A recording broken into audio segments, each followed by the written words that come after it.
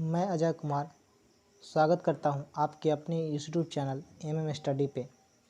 आज हम आधुनिक इतिहास संबंधित कुछ महत्वपूर्ण क्वेश्चंस को सॉल्व करेंगे। आइए देखते हैं। क्वेश्चन नंबर फर्स्ट, फरवरी 1928 में भारत आने वाले साइमन कमीशन का बहिष्कार किया गया क्योंकि उसके सभी सदस्य अंग्रेज थे। ऑप्शन नंबर बी, उसके समय अनेक राष्ट्रवादी नेता बंदी थे।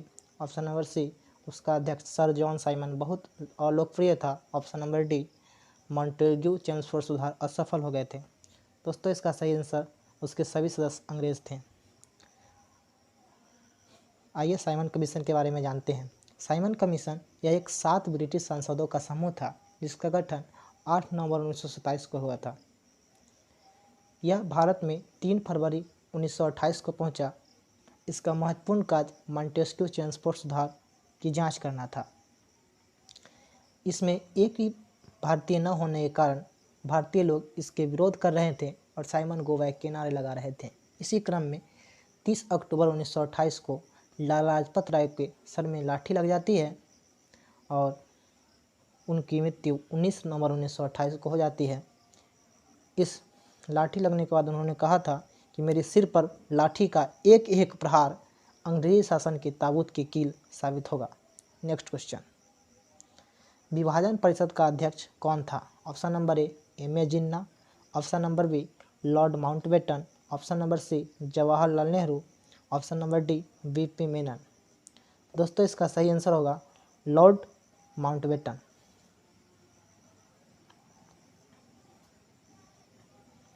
क्योंकि भारत और पाकिस्तान के बीच विभाजन के लिए इंग्लैंड से लॉर्ड माउंटबेटन को भेजा गया था। यह भारत के अंतिम गवर्नर जनरल थे, जबकि स्वतंत्र भारत के अंतिम गवर्नर जनरल राजा जी जिन्हें राजा गोपालाचारी भी कहा जाता है।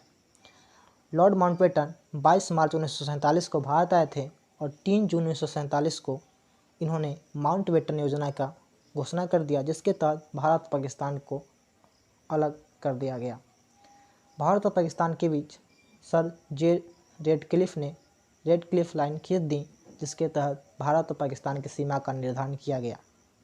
नेक्स्ट क्वेश्चन, गांधी जी को सविनय अवज्ञा की प्रेरणा किसकी रचनाओं से मिली थी? Option number A, Henry David Thoreau. Option number B, David Ricardo. Option number C, Henry Kissinger. Option number D, Bertrand Russell. दोस्तों, इसका सही आंसर होगा हेनरी डेविड थोरियो। सविनय अवज्ञा आंदोलन 1930 में हुआ एक महत्वपूर्ण आंदोलन था। नेक्स्ट क्वेश्चन, पाकिस्तान का विचार सबसे पहले किसके मन में आया था? Option number A, Mohammad Iqbal. Option number B, M A Jinnah. Option number C, Shaukat Ali. Option number D, Aga Khan. दोस्तों, इसका सही आंसर होगा मोहम्मद इकबाल। मोहम्मद इकबाल ने 1930 में सिंध, बलूचिस्तान, पंजाब तथा अफ़गान को मिलाकर एक अलग राष्ट्र की मांग की थी, जबकि पाकिस्तान शब्द को चौधरी रहमत अली के द्वारा दिया गया था। नेक्स्ट क्वेश्चन, आधुनिक भारत में स्थानीय स्वशासन का अगुवा किसे माना जाता है? Option number A, Ripon. Option number B, Lord Mayo. Option number C, Lord Lytton. Option number D, Lord Curzon. तो इसका सही answer Lord Ripon. Lord Ripon को स्थानीय स्वशासन का अगुवा माना जाता है। इनका अगर कार्यकाल पूछे तो 1880 से 1884। इन्होंने बहुत अच्छे अच्छे काम किए, जिसके लिए इन्हें फ्लोरेंस नाइटिंगेल ने भारत का उद्धारक की संज्ञा दी। इन्होंने वर्नाकुलर प्रेस एक्ट को समाप्त कर दिया था। इन्होंने सिविल परीक्षा में अधिकतम आयु सीमा को 19 से बढ़ाकर 21 कर दिया था। इन्हीं के समय में 1881 में प्रथम कारखाना अधिनियम लाया गया था एवं शैक्षिक सुधार के लिए विलियम हंटर की अध्यक्षता में एक आयोग को गठित किया गया था। इन्हीं के समय में रेगुलर जनगणना प्रारंभ हुआ 1881 में। लॉर्ड मेयो इनका कार्यकाल 1869 से 72 है। इनके कार्यकाल में प्रथम जनगणना 1872 में हुआ था। नेक्स्ट क्वेश्चन, बारदोली सत्याग्रह के बाद वल्लभ भाई पटेल को सरदार की पदवी दी गई थी। Option number A, Jawaharlal Nehru. Option number B, Motilal Nehru.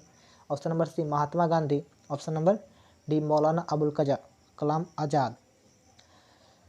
दोस्तों, इसका सही आंसर इन चारों ऑप्शन में से कोई नहीं होगा, क्योंकि सरदार वल्लभ भाई पटेल को सरदार की पदवी बारदोली की महिलाएं दी थी।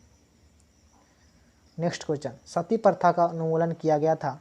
Option number A Lord Ripon ने, option number B Warren Hastings ने, option number C Lord Cornwallis, option number D William Bentinck ने। तो इसका सही आंसर होगा विलियम बेंटिंग ने। विलियम बेंटिंग को सती प्रथा का उन्मूलन के लिए जाना जाता है। विलियम बेंटिंग ये 1828 से लेकर 1835 तक इनका कार्यकाल था। यह भारत के पहले गवर्नर जनरल के रूप में जाने जाते हैं। राजा राममोहन राय के सहयोग से 1829 में इन्होंने सती प्रथा को समाप्त किया और बेंटिंग ने इस प्रथा के खिलाफ कानून बनाकर 1829 में धारा 17 के द्वारा विधवाओं के सती होने को अवैध घोषित कर दिया था। इन्होंने बहुत अच्छे काम किए। इन्हीं के समय में मैकाले की अनुशंसा पर अंग्रेजी को शिक्षा का माध्यम बनाया गया था। नेक्स्ट क्वेश्चन, मोहनदास करमचंद गांधी को महात्मा किसने कहा था? Option number A Bal Gangadhar Tilak, option number B Motilal Nehru, option number C Jawaharlal Nehru, option number D Rabindranath Tagore. दोस्तों इसका सही आंसर होगा option number D Rabindranath Tagore. Tagore ने मोहनदास करमचंद गांधी को महात्मा कहा था, जबकि राष्ट्रपिता सुभाष चंद्र बोस ने कहा था। बाल गंगाधर तिलक को भारतीय असंतोष का जनक वेलेंटाइन सिरोल ने कहा था। Next question, Mohammedan Anglo oriental college बाद में बन गया। ऑप्शन नंबर ए उस्मानिया विश्वविद्यालय, ऑप्शन नंबर बी जामिया मिल्किया मुस्लिम विश्वविद्यालय, ऑप्शन नंबर सी बरकतुल्लाह विश्वविद्यालय, ऑप्शन नंबर डी अलीगढ़ मुस्लिम विश्वविद्यालय। दोस्तों इसका सही आंसर होगा जामिया मिलिया मुस्लिम विश्वविद्यालय। सर सैयद अहमद खान ने 1875 में मोहम्मडन एंग्लो ओरिएंटल कॉलेज की स्थापना की थी, जो वर्तमान में अलीगढ़ मुस्लिम विश्वविद्यालय के नाम से जाना जाता है। नेक्स्ट क्वेश्चन, भारतीय राष्ट्रीय कांग्रेस ने अपने किस अधिवेशन में पूर्ण स्वराज को अपना लक्ष्य घोषित किया था? ऑप्शन नंबर ए लखनऊ अधिवेशन 1916, ऑप्शन नंबर बी लाहौर अधिवेशन 1929, option number C Tripuri 1939, option number D Lahore 1940। दोस्तों इसका सही आंसर लाहौर 1929। लाहौर अधिवेशन 1929 जिसकी अध्यक्षता जवाहरलाल नेहरू कर रहे थे, इन्हीं में पूर्ण स्वराज को अपना लक्ष्य घोषित किया गया था। लखनऊ अधिवेशन 1916, इसमें मुस्लिम लीग और कांग्रेस एक साथ आ गए थे और यह महात्मा गांधी का पहला अधिवेशन था। ऑप्शन नंबर सी त्रिपुरा 1939, इस अधिवेशन के अध्यक्ष सुभाष चंद्र बोस थे। इसी अधिवेशन में सुभाष चंद्र बोस और महात्मा गांधी के बीच मतभेद हो गया था, क्योंकि महात्मा गांधी पट्टाभी सीतारामैया को अध्यक्ष पद देना चाहते थे, जबकि पट्टाभी सीतारामैया सुभाष चंद्र बोस से हार गए थे। नेक्स्ट क्वेश्चन, वायसराय द्वारा नियुक्त किए गए हंटर कमीशन ने निम्नलिखित में से किसके विषय में तहकीकात की थी? Option number A Bardoli Satyagraha, option number B Khilafat आंदोलन, option number C Jallianwala Bagh त्रासदी, option number D Chauri Chaura कांड। दोस्तों इसका सही आंसर होगा जालियांवाला बाग त्रासदी।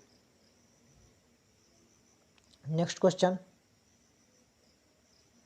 वह स्थान कौन सा है जहां से आचार्य विनोबा भावे ने 1940 में व्यक्तिगत सत्याग्रह शुरू किया था? दोस्तों इसका सही आंसर ऑप्शन नंबर ए गुजरात में नाडियाड, महाराष्ट्र में पवनार, तमिलनाडु में अडयार, आंध्र प्रदेश में गुंडूर। इसका सही आंसर होगा महाराष्ट्र में पवनार। व्यक्तिगत आंदोलन प्रथम व्यक्तिगत सत्याग्रही विनोबा भावे थे, जबकि दूसरे व्यक्तिगत सत्याग्रही पंडित जवाहरलाल नेहरू थे। नेक्स्ट क्वेश्चन, स्वदेशी आंदोलन शुरू किया गया था। ऑप्शन नंबर ए बंगाल विभाजन के विरोध में, ऑप्शन नंबर बी भारतीय माल के उपयोग को प्रोत्साहित करने के लिए, लोगों की आर्थिक दशा में सुधार करने के लिए, डी सी जालियांवाला बाग में भारतीय की हत्या के विरोध में, ऑप्शन नंबर डी भारत के एक जिम्मेदार सरकार न बन सकने में ब्रिटिश सरकार की असफलता के कारण। तो दोस्तों स्वदेशी आंदोलन को शुरू किया गया था बंगाल विभाजन के विरोध में। बंगाल विभाजन 1905 में हुआ था। इस समय वायसराय लॉर्ड कर्जन थे। नेक्स्ट क्वेश्चन, निम्नलिखित में से वह प्रथम भारतीय कौन था जिसे ब्रिटिश संसद में चुना गया था? Option number A Dadabhai Naoroji, option number B Gopal Krishna Gokhale, C Vipin Chandra Gokhale, D Lala Lajpat Rai. दोस्तों इसका सही आंसर दादा भाई नौरोजी। दादा भाई नौरोजी 1892 में ब्रिटिश संसद के लिए चुने जाने वाले पहले एशियाई बने। यह लिबरल पार्टी के से चुनाव लड़े थे और यह ब्रिटिश संसद में जाने वाले पहले एशियाई बने। इन्होंने 1886, 1893, 1906 कांग्रेस की अध्यक्षता की। इनकी एक महत्वपूर्ण पुस्तक पॉवर्टी एंड ब्रिटिश रूल था। नेक्स्ट क्वेश्चन, निम्नलिखित में से किसके द्वारा बंगाल में इस्तेमारी बंदोबस्त परमानेंट सेटलमेंट लागू किया गया था? Option number A Lord Cornwallis, option number B Lord Dalhousie, option number C William Bentinck, option number D Lord Curzon. इसका सही आंसर लॉर्ड कॉर्नवालिस। इसी को इस्तेमारी बंदोबस्त या अस्थायी बंदोबस्त कहा